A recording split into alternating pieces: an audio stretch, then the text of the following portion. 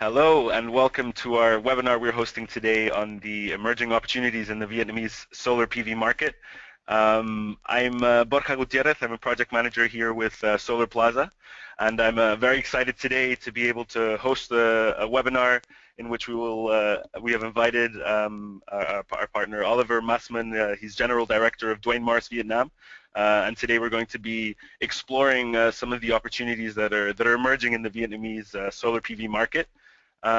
So as I mentioned, our speaker is Oliver Massman. He is General Director of Dwayne Morris Vietnam. You can see here part of his resume. He has over 20 years of experience working in Vietnam as a commercial lawyer. Works in several areas, as you can see, relevant for us here in this webinar, those that are attending. He very much has extensive experience in the power and electricity and energy sectors, and is also a member to the supervisory board of Petro Vietnam, as well as the chairman of the legal sector committee at Eurocham Vietnam. Before we get started with him, I wanted to give a quick overview of, for those of you that don't know us, Solarplaza. I know a lot of you are familiar with our Sun newsletter. We actually are a company that is dedicated to empowering professionals in the solar PV business. We're a global network, and as apart from providing content, we organize events around the world in emerging as well as more established markets. We were established in 2004, and since then we organized over 70 events worldwide. You can see in this map, in this slide, all the countries in which we've operated. We have a network of over 50,000 solar PV professionals globally.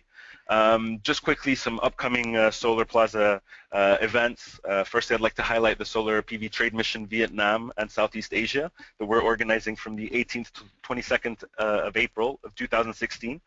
This is a 5-day trade mission that will take place in both Hanoi and Vietnam, and indeed is the reason why we are now beginning with this webinar to explore this market. Apart from that, we have events coming up in February and March around the world. You can see some of those events on this slide. So as I mentioned, the Solar PV Trade Mission Vietnam, in which actually Oliver Massman will also be involved, will bring a delegation of 20 to 30 international companies who are looking to explore not just the Vietnamese and Thai markets, but indeed all the markets in Southeast Asia. And this delegation will spend time in Hanoi meeting with government as well as private stakeholders, looking at opportunities for solar PV project development in Vietnam. And we'll also include a 2-day regional conference that will take place in Bangkok, which will focus on solar finance issues throughout the Southeast Asia region, and will provide opportunities to meet stakeholders from each of the markets, the interesting markets that are in the region, including some of those that you see: Thailand, Vietnam, Indonesia, Malaysia, Philippines, Myanmar, and others. One thing I did also finally want to highlight, one of our upcoming events, which I think is very relevant to the crowd of this webinar, is our Making Solar Bankable event that will take place next month in Amsterdam. It's an event we're co-organizing with FMO, the Dutch Development Bank, with the cooperation as well of several other development banks and stakeholders around the world. We're looking at having over 200 international stakeholders, and the focus of this event is really making solar bankable in emerging markets. So for those of you that are active in not just Southeast Asia, but other emerging markets around the world, this is a very good opportunity. And as part of this event, there is a Solar Shark Tank competition that will take place. And there is an opportunity here for project developers and others who are building projects between 5 to 50 megawatts in the regions, emerging markets of Asia, Africa, or Latin America. You have the opportunity to win not just $100,000 of development grant, but also you can qualify for the $5 million Access Bank co-development facility. So these are some of the opportunities that we have coming up. One thing I did want to do quickly before we start, last thing, is just a quick poll to see what people are seeing in terms of the markets that are interesting in Southeast Asia. Putting Vietnam into context with others, I wanted to launch a quick poll to get an idea of which markets people are most interested in. So there should be now the opportunity on your screens to be able to vote. And I see votes coming in now. So the question is, which of the markets in this list do you think will be most interesting for the next 5 years? So I'm leaving just a few seconds here as people are putting in answers. I see the results. I will publish those in a minute. But indeed, we asked this question because we want to put Vietnam in context of other markets in the region. And as I mentioned, our trade mission will explore the entire Southeast Asia region. And so, we wanted to get in some input here from our listeners. I think we have almost everyone has now put in their answers. I will give you 10 more seconds before I close. Okay, great. Thanks very much. I'm going to now share the results of this poll to see what people think is most interesting. And interestingly, Indonesia has come up, I think, as the most interesting market, shortly followed thereafter by the Philippines. And then Vietnam and Thailand have both landed in sort of similar. So it's quite shared. Although Malaysia, which is interestingly one of the markets which we're also looking at, has so it's interesting to see some of those results. So thank you very much for sharing. We will now like to go ahead and start with our first speaker. So one quick thing, if you have any questions, we would like to ask you to use the chat box on the right. You can see on the right-hand side there's a chat box that you can use to direct any questions. Also issues, if you have any technical issues, you can direct them there, but any questions directed to the speaker, you can use that as well. Without further ado, I'd like to present our speaker for today, which is Oliver Massman. Oliver, welcome. Thank you for taking the time to be with us today. Oliver, are you there? Can you hear us? Yes, Borja, I can hear you very well. Excellent. I hear you as well. So please, I'd like to hand the floor to you, and we look forward to hearing about your take on the Vietnamese market and the opportunities there.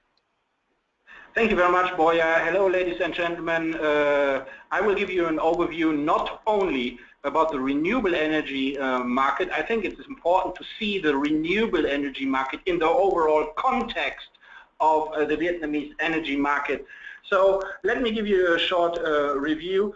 With regard to the renewable energy sector, Vietnam is, let me say it, at the beginning. But there's a huge push now for Vietnam to move on implementing renewable energy projects in Vietnam, because Vietnam just signed 2 major trade agreements, although not directly related to energy. But I have to mention that because they're so important. Vietnam is now a member to this Trans-Pacific Partnership Agreement, which will basically rule 40% of global trade. And this year also Vietnam is the first country assigned the EU Vietnam Free Trade Agreement. Of course, it is important to mention those trade pacts because they will put a lot of pressure on the energy sector in Vietnam. Now let's start, ladies and gentlemen, with the energy market in Vietnam. I'll give you a short background on the energy sector. Vietnam's electricity consumption grew by an average of 14% annually during 2004 until 2004 until 2010. Compared with 7% economic growth rate per year during that period. Vietnam in Southeast Asia is one of the countries that had the highest growth rates economically, so that is worth to mention. The electricity demand is expecting to increase by up to 14.5%, 14.2% annual for the period from 2015 onwards. Here, and 7 times to 800 billion kilowatt hours in 2030. Very important also here, the background to mention, Vietnam is a very young country, very young population, 91 million people. The average age is 29, so the demographics are pointing in the direction Vietnam will move and boom. Electricity consumption is projected to increase from 85,000 gigawatt hours in 2010, and now you get the number to 251,000 gigawatt in 5 years from now on. Forecasted delay in sources of new energy will lead to power shortages definitely Vietnam, if it doesn't move fast, will right away move into an energy crisis, and that is also where the crisis is. There's where the challenge is, there are opportunities, and this is the opportunity for you if you decide to invest in Vietnam. Now, let me go a little bit through the structure. Vietnam has a so-called sole off-taker model for electricity. Electricity Vietnam is the company, shortened EVN, Electricity Vietnam, is the monopoly buyer and continues to operate at a loss with some of the lowest electricity tariffs subsidized by the Vietnamese government here. So let me give you a little bit regulatory background, what laws are in place and what has to be done. So we have, with regard to energy, we have the law on petroleum, law on electricity, power, there's a power master plan, and with every other socialist country, the power master plan merely creates a vision and does not really reflect reality. So we have also laws on public-private partnerships now and decrees in place. So if you consider PPP models, let us know, because you can start to implement them now here in Vietnam. With regard to renewable energy, let me mention a feed-in tariff law is in place and a draft decision on incentives for solar power projects. This is brand new. The government will basically issue the laws on solar power within the next half year. So if you come now, it's the right time. You will be one of the first. So with regard to the law on petroleum, here you have the production sharing contracts. The whole legal framework is in place. Petro-Vietnam and EVN have a monopoly position. Here, these two companies you need to know if you want to come and enter the energy market in Vietnam. Once more, it is Petro-Vietnam and Electricity Vietnam, EVN. There's a dominating position for Petro-Vietnam. Essentially, it's both the operator and the regulator in the oil and gas industry. The antitrust competition legal framework still under development. Mostly you will come across concepts that are not clearly defined, and the negotiation with the state-owned enterprise will take you some time, and the level of competency is limited. So EVN has long held the state monopoly in the transmission and distribution of electricity. However, according to the draft completed by the Ministry of Industry and Trade, this is the line authority you have to keep in mind, the MOIT, the Ministry of Industry and Trade. The government will no longer hold monopolies in the distribution of coal, electricity and petrol, and it will liberalize the market. This will start from 2022 onwards. Now let me talk a little bit about key energy policies in Vietnam.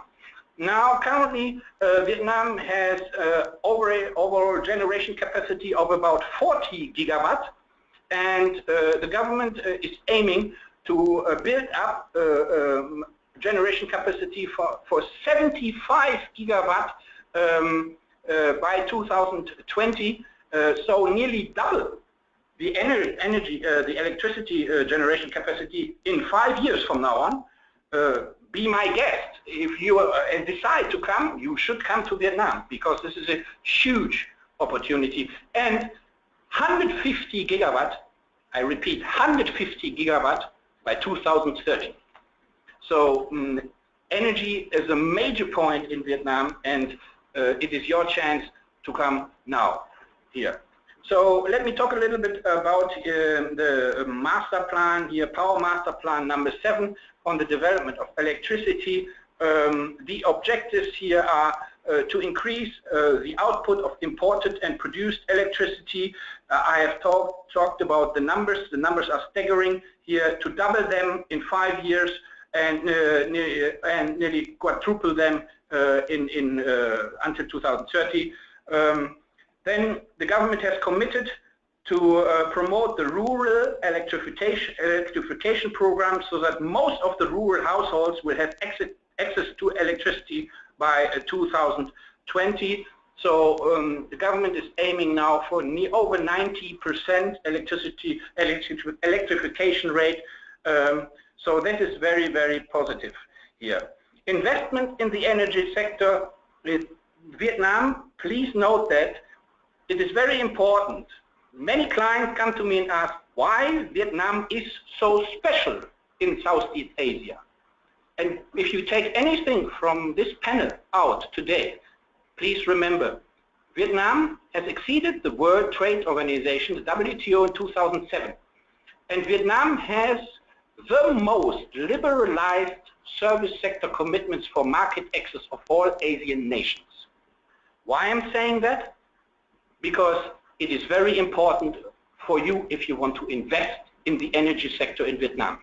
If I compare that, we saw just the vote on Indonesia, for example, for interest, #1 here. If I compare that with Indonesia or compare that with the Philippines, I will give you one point that sticks really out, that makes Vietnam very, very special. In Vietnam, foreign investors can establish their own 100% foreign-controlled power companies. Now try that in the Philippines. No go. Try that in Indonesia. Difficult too. So there you see how liberalized the Vietnam WTO market access service sector commitments are. And this gives a huge, very high level of legal certainty for your investment. You don't need to have a joint venture partner. You can go 100% foreign owned. Now, Vietnam has potential resources of renewable energies. Let me walk you through that. Small-scale hydropower, taking into consideration the economic efficiency and profitability, it is classified as the most viable form of renewable energy, and Vietnam has nearly 20 gigawatt unused hydropower potential, nearly 20 gigawatt. So if you want to come into hydropower, it is a huge opportunity. Wind power. Vietnam has significant potential for wind energy with an average wind speed of more than 6 to 7 meters per second, surpassing that of all neighboring Southeast Asian countries. With more than 3,000 kilometer coastline and plenty of islands, the total potential of wind energy in Vietnam is estimated to be as high as 700,000 megawatt on land and about 200,000 megawatt on islands. The next, biomass. As the agriculture in Vietnam is widespread, a high potential of power from biomass is available too. The capacity for sustainable power production from biomass amounts to about just 150 million tons per annum, 700 to 800 megawatt now for electricity generation alone can be reached. So this is, biomass is also a very good potential. Next, solar energy. The total number of sunshine hours is very high in Vietnam, and solar energy can be used for water boiling, power production, other purposes here. The radiation map, Vietnam is under the 10% most best countries on the radiation map here. So huge opportunities for investment in solar energy. Geothermal energy, the recent figures show that Vietnam's potential for geothermal energy amounts to about 200 to 340 megawatt. Now, let me tell you a little bit about implementation of the project here. The legal framework is all in place for investment.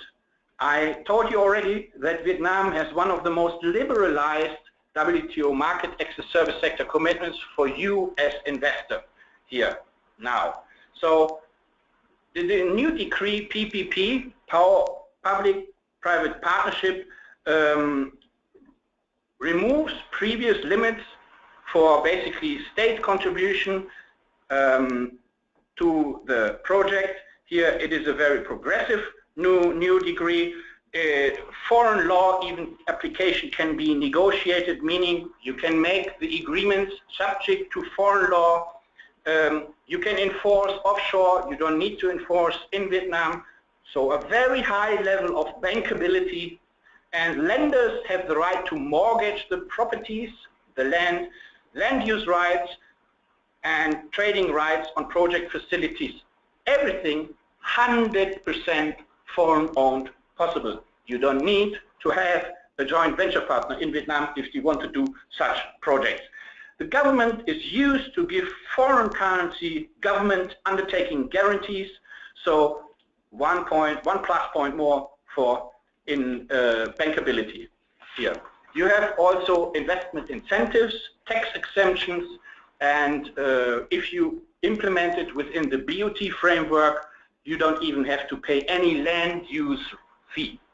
So these are the advantages. Now I come to the central point, the solar energy. What is happening in solar energy in Vietnam?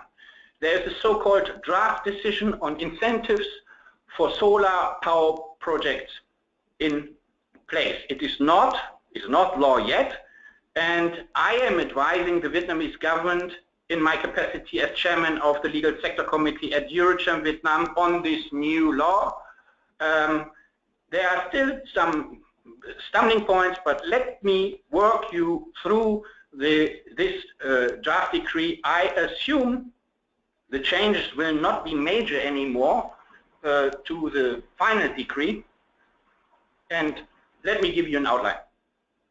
The investment capital, investors could apply for a loan of up to 70% of the total investment capital, so you would have a debt equity ratio 30-70 of their project with a term of maximum 12 years. Investors could also enjoy export credit incentives in the form of a loan of up to 85% of the export-import contract value or LC value, also with a term of maximum 12 years. Import duties, solar projects, all those solar projects are exempted from import duty on goods imported to create fixed assets of the projects, components, materials, semi-finished products which are not available at home for the project operation. Let me point out one very important point. After signing of the Trans-Pacific Partnership Agreement and the EU-Vietnam Free Trade Agreement, local content requirements will be totally removed. Very important for you, so you don't have any local content requirements here. Land, you can easily acquire land use rights if you implement the project within the BOT, build operate structure. You can even have it without any land use fee. So this is very, very important. Now I come to the feed-in tariff for the solar projects. This is a suggestion on the draft decree basis. The feed-in tariff will be 2,352 dong per kilowatt. It's equivalent to 11.2 US dollar cent per kilowatt at the connection point. So this is the current, as I said, it's all in the status of draft. This is the current negotiation that the government says, okay, we would be willing to agree to 11.2 US dollar cent per kilowatt. So this is basically the draft decree, the latest, what we are working on in the government committees, in the ministries, MYT ministry here, the energy department. So this is an overview about the solar draft decree. There is also another law in place that is worth to mention, the one decision. I can give it to you if you send me an email. I don't want to bother you with the name here, but I will just walk you through the main issues here with regard to renewable energy. It obliges to increase the use of waste from industrial agriculture plants for biomass power energy from 45% in 2015 to 70% in 2050. So gradually, the government is committing to build up waste to energy and recycling in Vietnam. It will increase the use of biogas from 5% in 2015 to 10% in 2020 and even 50% in 2030. It aims to increase the treatment rate of urban waste from current negligible levels to 30% in 2020. It aims to increase electricity output from wind energy from 180 million kilowatt in 2015, which is very small now, to 2.5 billion kilowatt in 2020.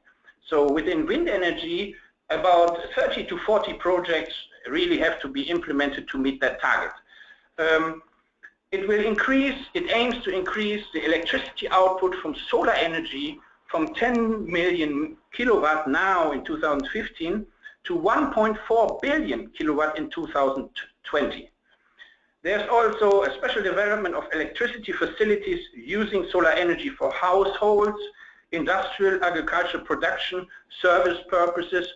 The market will be opened with regard to that too. There are investment incentives in terms of import duties, corporate income tax deduction, land and reasonable foreign feed-in tariff. So according to each region where the power project is located and the technology is used for electricity generation from various renewable energy sources.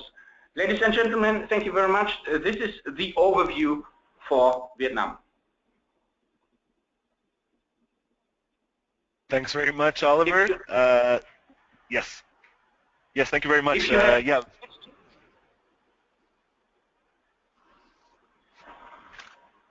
Yeah, sorry. I think you were about to ask that if people have questions that they can indeed ask. And yeah, so we actually have some questions coming in, some points that I think people would like to get a bit more of an extensive take on. So for starters, I mean, you mentioned under this new decree, the Feedin Tariff scheme that is being explored. Would there be any sort of limitations on the Feedin Tariff with regards to project size, or is this Feedin Tariff that you mentioned sort of a flat base across all project types?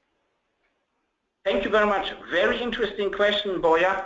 Currently, I think the drafters are on the wrong track, because currently the draft decree envisions that there will be a maximum limit for the Feedin Tariff for all projects of 100 megawatt, basically.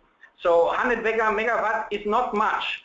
And as I've mentioned already in the personal talk with you, I am now pushing the government to unlimit that and to basically not limit that. Whether the government will do that or not, they're very concerned, because Vietnam, of course, does not have so much subsidies.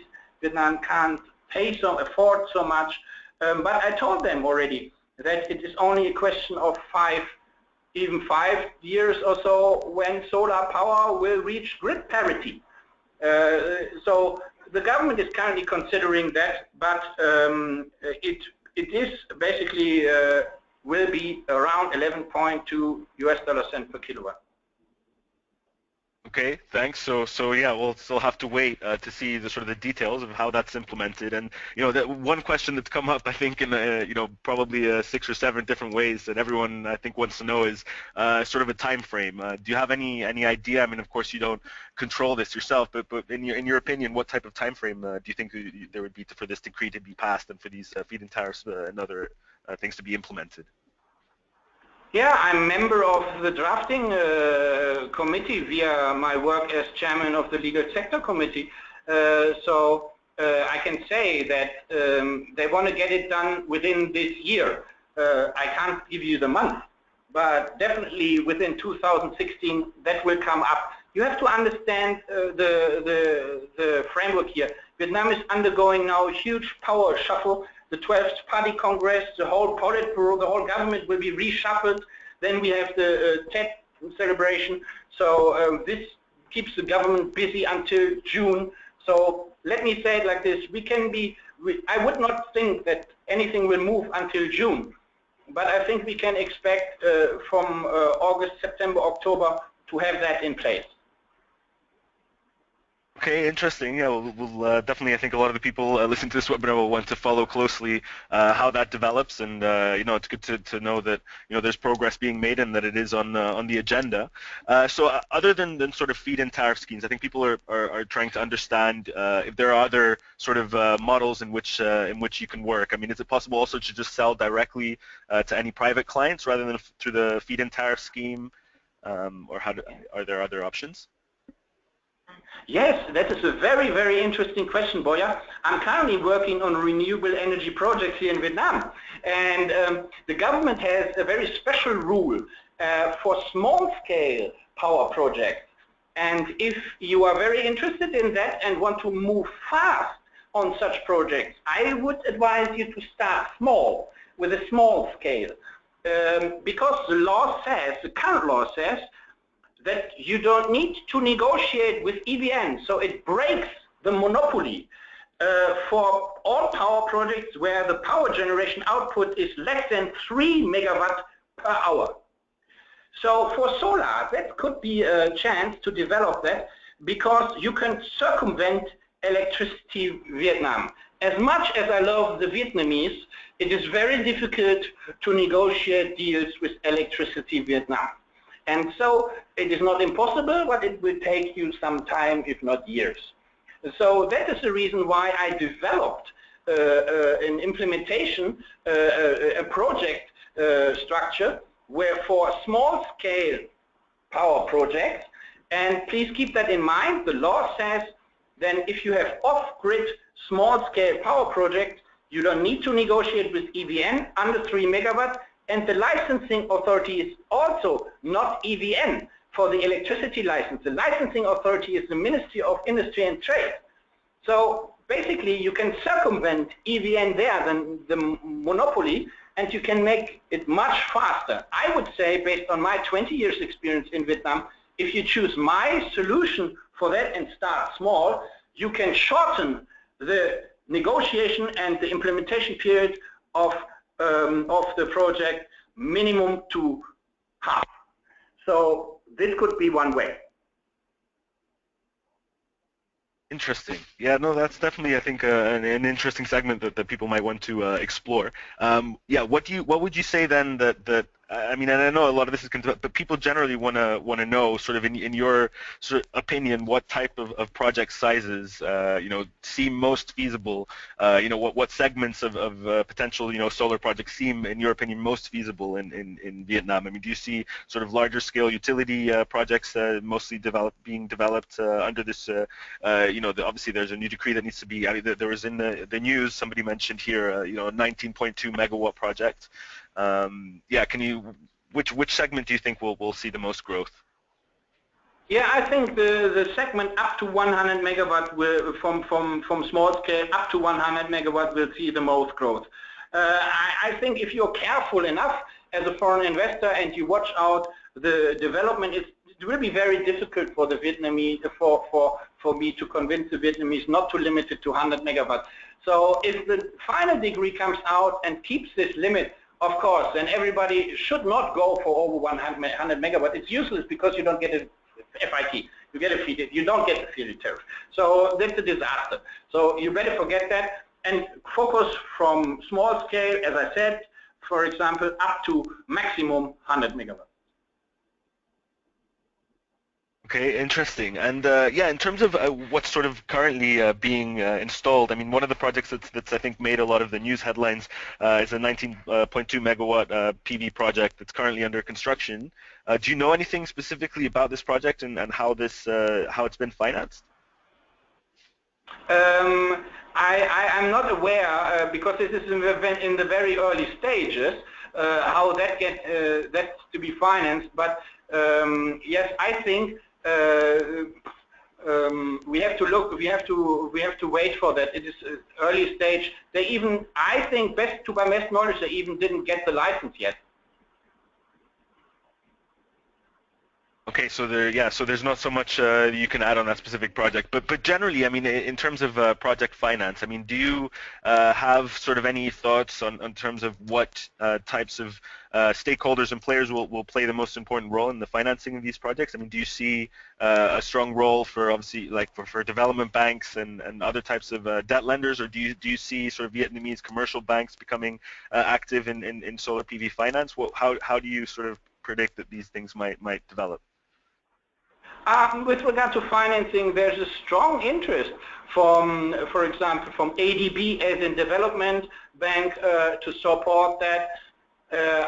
I'm currently working on one project where the ADB is highly interested in financing that. Then there's also a very strong interest from some European lenders. Here you can see, for example, FMO, highly interested in this. Maybe you know FMO. And this is a Dutch lender, and the German DEG is highly interested, and the KfW in Germany is highly interested. Yes, definitely, there are lenders that are highly interested in that from Europe. I can name you them, yes.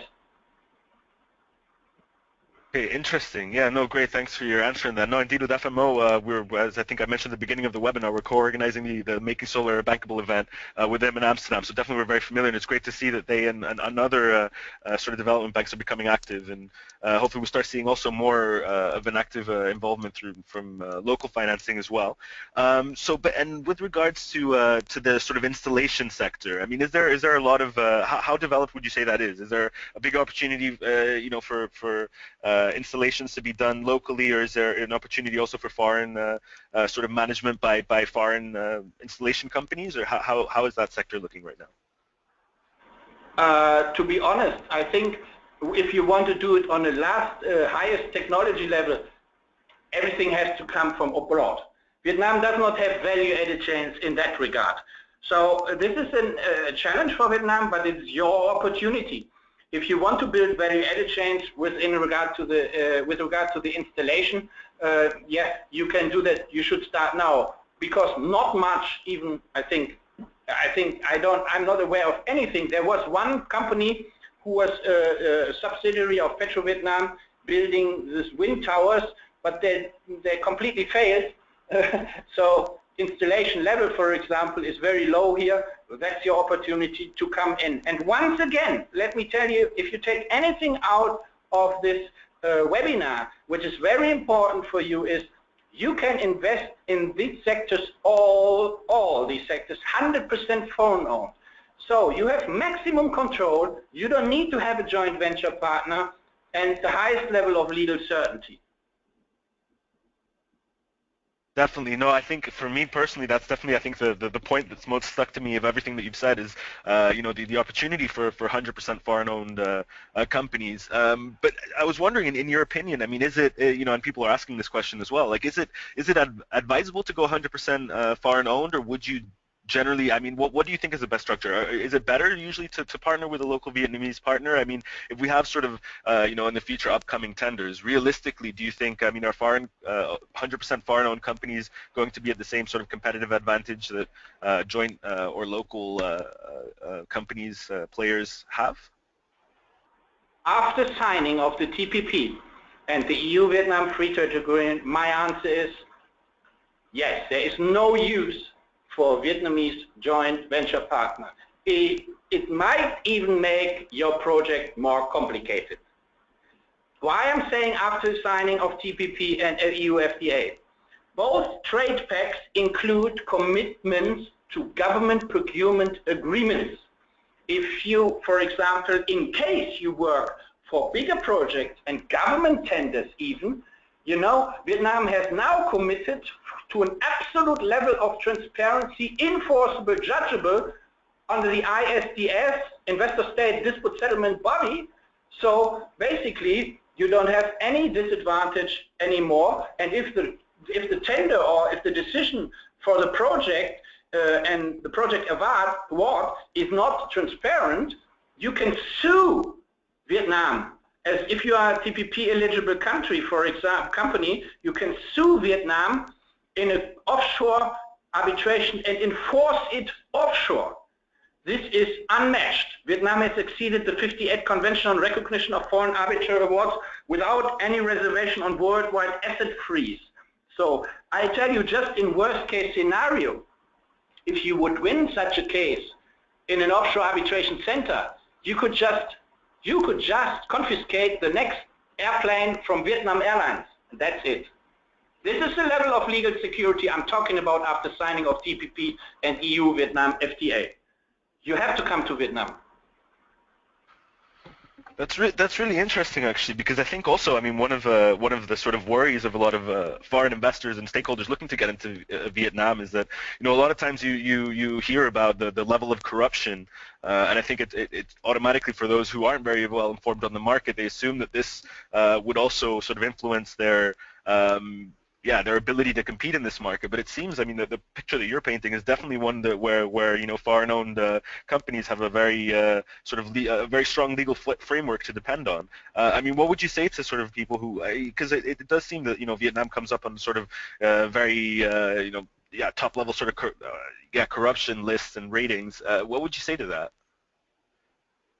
My answer is, I am a licensed lawyer since the 90s in Vietnam. And I have advised on establishment of all the over 2,000 entities in Vietnam. I can name them all. I can, of course, not disclose the names, but I could name them all. In not one case, there was paid 1 penny of bribe. So, is there corruption in Vietnam? Yes. It's sometimes also endemic. But if you are very tough and you go your own way and you establish the right implementation structure, you don't need to pay any penny. This is my 20 years experience here in Vietnam. No, thanks. I definitely value that, and I think that'll be really good for a lot of those who aren't experienced with the market to hear. One other question, I mean, with regards to the types of installations, a lot of people are interested to know with regards to sort of rooftop. Is there a big opportunity for sort of rooftop projects in Vietnam, or is that something that, would you say that most projects will end up being ground mounted? What do you think is more realistic? As I said, my wish is to work on small-scale projects, and then you have to also use rooftop projects. The government is opening the door in the new laws for rooftop projects. Even the draft decision on incentives for solar power projects is drafted. We mentioned that very clearly, very explicitly. So the market for rooftop projects that definitely is open here. Interesting. And would that be, you know, mostly sort of, what types of rooftops would you envision? I mean, is there an opportunity in the really sort of residential sector with household type installations, or more so sort of industry, commercial, industrial type installations? I would say both sectors, cover both households and industry. I would even say that the industry sector will have a larger need for that, because when the renewable energy laws will be in place, they will basically punish the industry sectors with additional taxation. That is the plan of the government now. It's a very wise plan, like we do in Germany or in US, for example. And if these industries leverage that then with portions of energy where they're sourcing from renewable energy, they don't need to pay that tax. So I think I would focus on industrial projects, but I can say currently there are a lot of foreign invested or joint venture invested in resort projects, here gated community projects. For example, one is the Eco Park in Vietnam, in Hanoi, in the north, beautiful project. There are 600 hectares of apartments, 600 hectares of apartments and houses. And if you can come in and talk with the owners there, they already approached me for potential solar projects. So if you come in there, you're welcome. Okay, interesting. Yeah, no, definitely that'd be. It's good for people to know that there's that available. What about so with regards to a lot of questions coming in about the grid? What's the status of the grid? Would you foresee sort of any grid integration issues and yeah, how do you see that? I mean, you're talking about you mentioned early on in your presentation there's goals to double and even quadruple it. The amount of energy production by 2030. How do you think the grid's going to be able to handle this sort of large increase in power generation? If anything is a true challenge to EVN, then this. The transmission lines, distribution lines, they're in a bad shape. The highest amount of CapEx, capital expenditure, that has to come and has to be invested into electricity in Vietnam in the infrastructure, this is transmission line. Currently, there's only one big transmission line going from the north to the south. If there's any problem, shit hits the fan.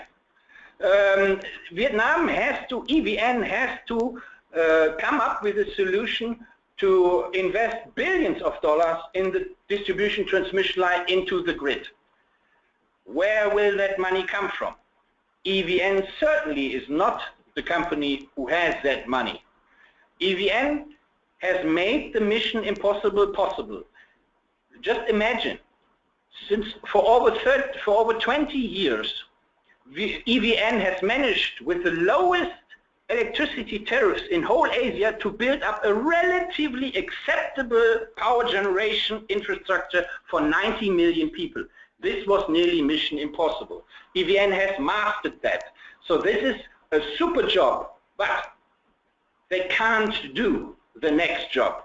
The next job must be modernize, building up, expand the transmission, the grid distribution. They can't do it alone. So that is the current situation. So would you say then it seems that there's also even an opportunity then in terms of infrastructure, grid development? Would you say that there's also an opportunity for foreign companies which are interested in this segment and investing in the actual grid and infrastructure opportunities? I mean, are there opportunities for further development of this, of things like smart grids and other types of systems? I mean, storage, for example, will that be interesting? Yeah, I know we're getting a bit sort of, but I do think that with your experience in the market, and you must have seen big changes since your experience there in the 90s, and I know you've been working on power projects, some of the earliest sort of large-scale foreign-owned power projects and things like that. So yeah, how is there an opportunity in that sort of infrastructure segment and further development of that for foreign companies? Definitely. The government has even a list of calling for investment into that. If you need it, I can send it to all participants. This is public. The government is desperately seeking for an investment into that. Then the next question comes, why is the investment not done? Why is their foreign investor interest not so big? This is, I think, of the lack of knowledge of the very liberalized market access commitments. You can invest here in these sectors, and you can also apply for a majority control in these sectors. And we have even now worked on a case where we got in one very sensitive transportation sector a prime minister approval to get the controlling majority stake of 70%. So even in the conditional sensitive sectors, no other country in Asia would open to foreign investment. I mean, major control foreign investment. Vietnam is opening now. So transmission, distribution of investment into the grid is considered sensitive, conditional security in any other country on the world. Would you get a majority control or not? I think in Vietnam it is possible. So please come.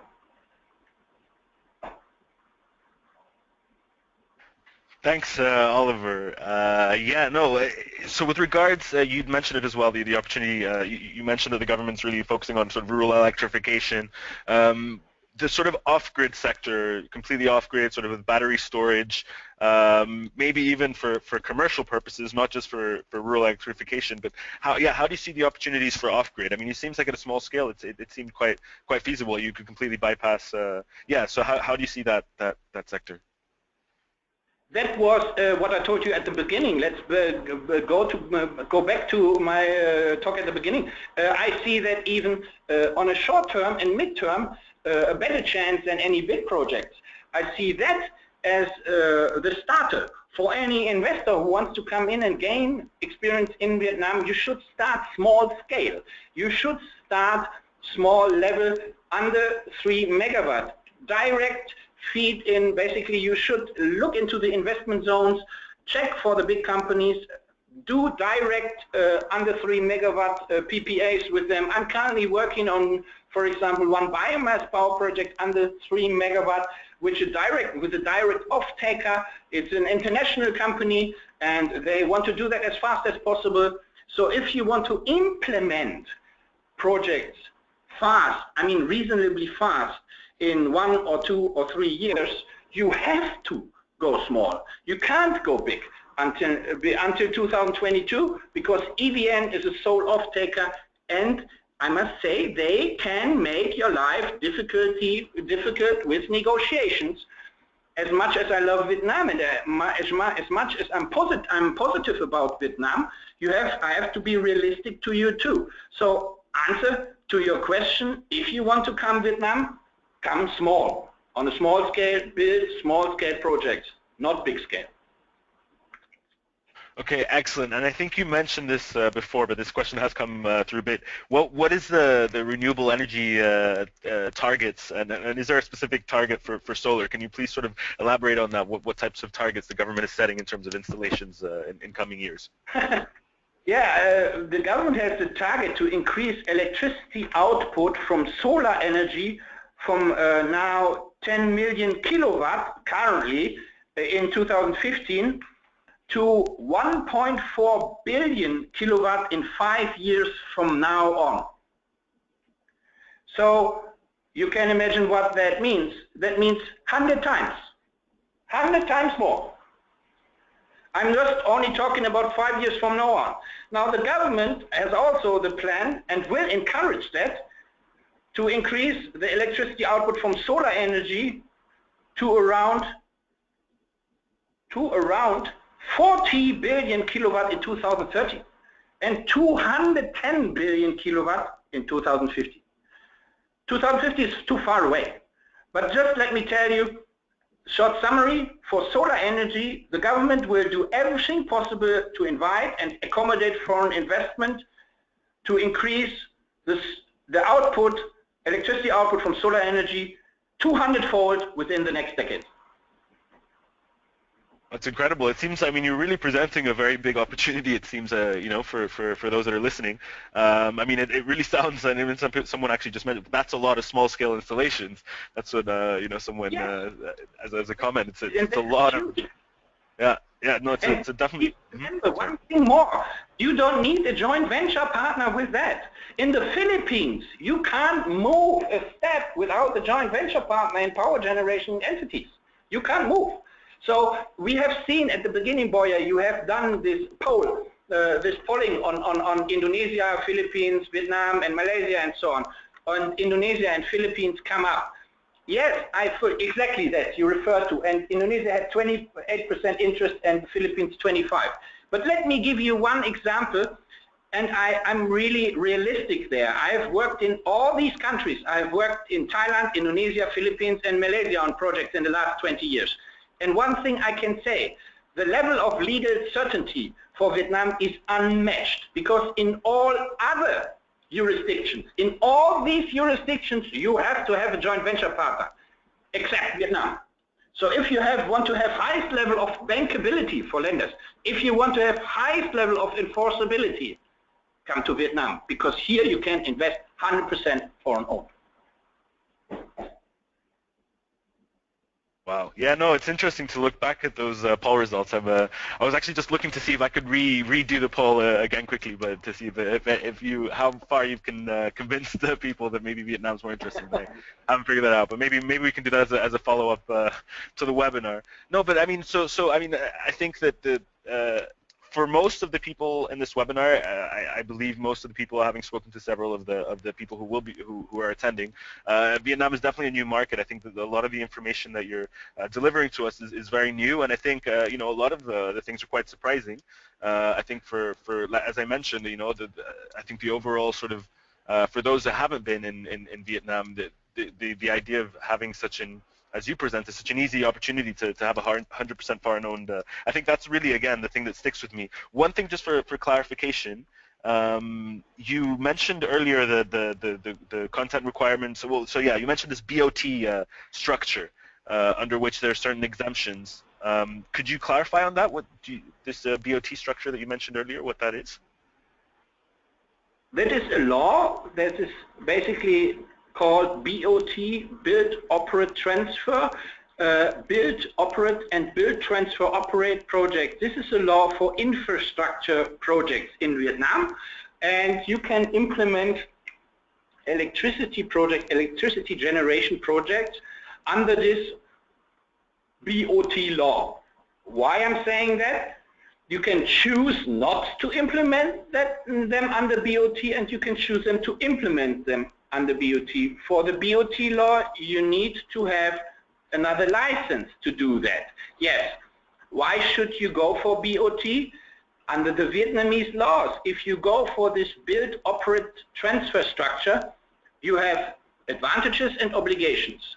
Let me first start with the obligations. The obligation, if you do that under BOT, build, operate, transfer laws, means you have a certain time you can run the plant. For example, power plant you can run with the power purchase agreement for 20 years, and after these 20 years you can you have to transfer the whole plant to the Vietnamese government. So this is a structure, a BOT. That means after you have made your ROI, return of investment, commercial calculation, write-off, and so on, you can also have 20, or you can have 25 years, or so on. And then but you have to transfer the plant then after this period to the government. Okay, that's a disadvantage. Now let me come to the advantage. The advantage is that you don't need to pay any land use fees. This is basically a super advantage. Under BOT laws, there is no fee on this anymore. The implementation and licensing structure is much more transparent under the BOT laws than under other laws. So I would say if you go for these projects and the government allows you to implement them in the form of BOT, which is listed, there's a decree on BOT, you can also get on this list, but you need PM approval, Prime Minister approval for large-scale projects. So if you want to implement those projects, I think the best way is BOT in Vietnam. Excellent. Yeah, thanks so much for clarifying on that. I know that was something that wasn't completely clear. So as a final, we're now reaching our hour, and I know a lot of people have other things scheduled. So just as a last comment, some people have brought up the fact that the IHS has predicted that there would be a sort of 39 megawatts of solar installed in 2016, and you sort of mentioned some very high targets that are being set by the Vietnamese government of 10 million kilowatts, as up to 1.4 billion kilowatts in 5 years. How realistic, in your opinion, are these targets? How realistic? That depends on the government, but that depends also on the investors. If the government is willing to roll you a red carpet for solar power, yes. But you have to look at the intricacies and the stumbling stones you can meet in Vietnam. The government is not just one block. One thing, if you must take out of this webinar, please listen. Vietnam is a so-called consensus-driven society. What does it mean? It means everybody has to say something and nobody has to say everything in Vietnam. Meaning the government, the mid-level administration might agree, and they're willing to do that, but there might be others who don't agree and they make your life difficult. EVN, Electricity Vietnam, for example. So back to my point, if you can circumvent those institutions that make your life difficult, and under the new laws that is possible to a certain extent, then the development will be very, very fast. So it depends on the government, it depends on the investors. If the investors, and I must say that have very good advisors that lead them fast through such projects, then you can implement that and the target can be met. Please come to me. You're welcome. Thanks so much, Oliver. No, I really appreciate your insight. We've now reached an hour. I think there were some questions that were unanswered, but we'll definitely make sure to follow up with those. We'll send you all those questions and try to communicate with you and get back to you with any things that further information. We are working together with Dwayne Morris on our upcoming event in April, as I mentioned before. You see the slide for this event. Now it was a pleasure to be able to sort of have a first dive into this market with Oliver. I think in the coming months leading up to the event, we will be working with Dwayne Morris along with others to release release more content on this market. We're really interested to sort of keep closely watch where the decree is going and how things develop there. Once again, Oliver, it was a real pleasure to have you here with us. Thank you so much for your time.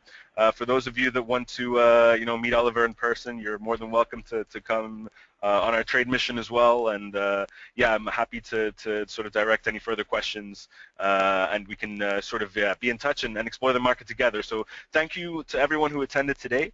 If you have any further questions, you feel free to contact us. My email is Borja Gutierrez. You can also check out our website where our contact details are. We will also, if you have any further questions again for Oliver, we'll be happy to direct those. Once again, thank you very much.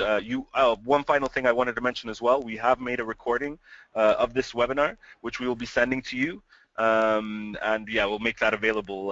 So again, if you have further questions, feel free to contact us. And we look forward to being in touch with you. And thanks once again, Oliver. Thanks to everyone who attended, and look forward to being in touch soon. Thank you very much, Borja. Thanks to all listening. I'm very, very happy. And I say thank you in Vietnamese. Rất cảm ơn tất cả bạn. Hẹn gặp lại. See you again, hopefully. Thank you. Thanks, Oliver. Take care. Take care, Borja.